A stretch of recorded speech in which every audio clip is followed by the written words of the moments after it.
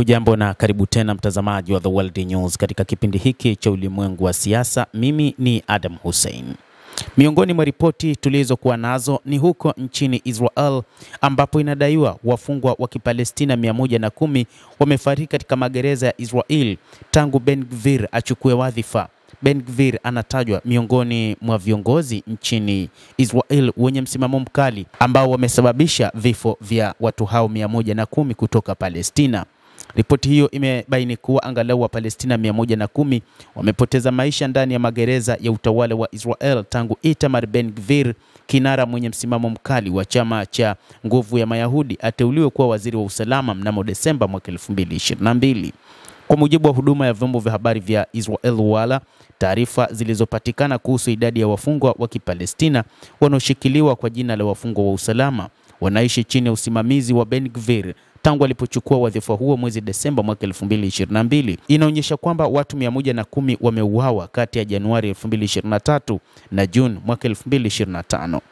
Ripoti za kuuawa kwa Wapalestina katika magereza huko Israel zimetokana na amri iliyotolewa na Ben Gvir kuwatesa hadi kufikia mauti. Ripoti hiyo imeongeza kuwa idadi inaonyesha kuwa ongezeko kubwa na inawakilisha rekodi isiyokuwa ya kawaida ikilinganishwa na takwimu zilizopo kutoka miongo iliyopita.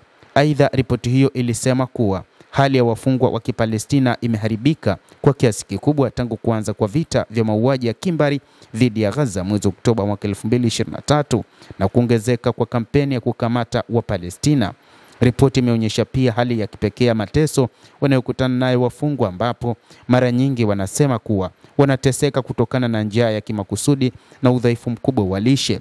Kwa mujibu wa ripoti, wa Palestina waliowekwa kinyume cha sheria na utawala wa Israel wamepata upungufu mkubwa wa uzito na wanashikiliwa katika magereza yaliyozidiwa na watu, giza na hali mbaya ya usafi. Hata hivyo, mateso ni makubwa, wanamwagiwa maji ya moto, lakini pia wanapigwa shoti za umeme. Hii ni maagizo yanayotoka kwa waziri wa usalama Itamar Ben Gvir, ambapo maagizo yake yamekuja kusababisha vifo vya takribani watu 110 kulingana na ripoti ya Wala.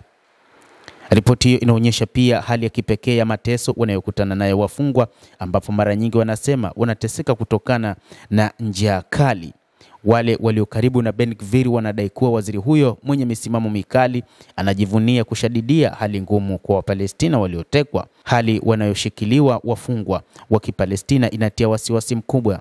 Zaidi ya hayo, wafungwa hawa wanaendelea kukutana na mateso, unyanyasaji na dhulma za kimfumo. Mashirika ya haki za binadamu yanaripoti kuwa Israel inaendelea kuvunja haki na uhuru wa wafungwa kama ilivyowekwa katika mkataba wa Geneva wa 4 na sheria za kimataifa.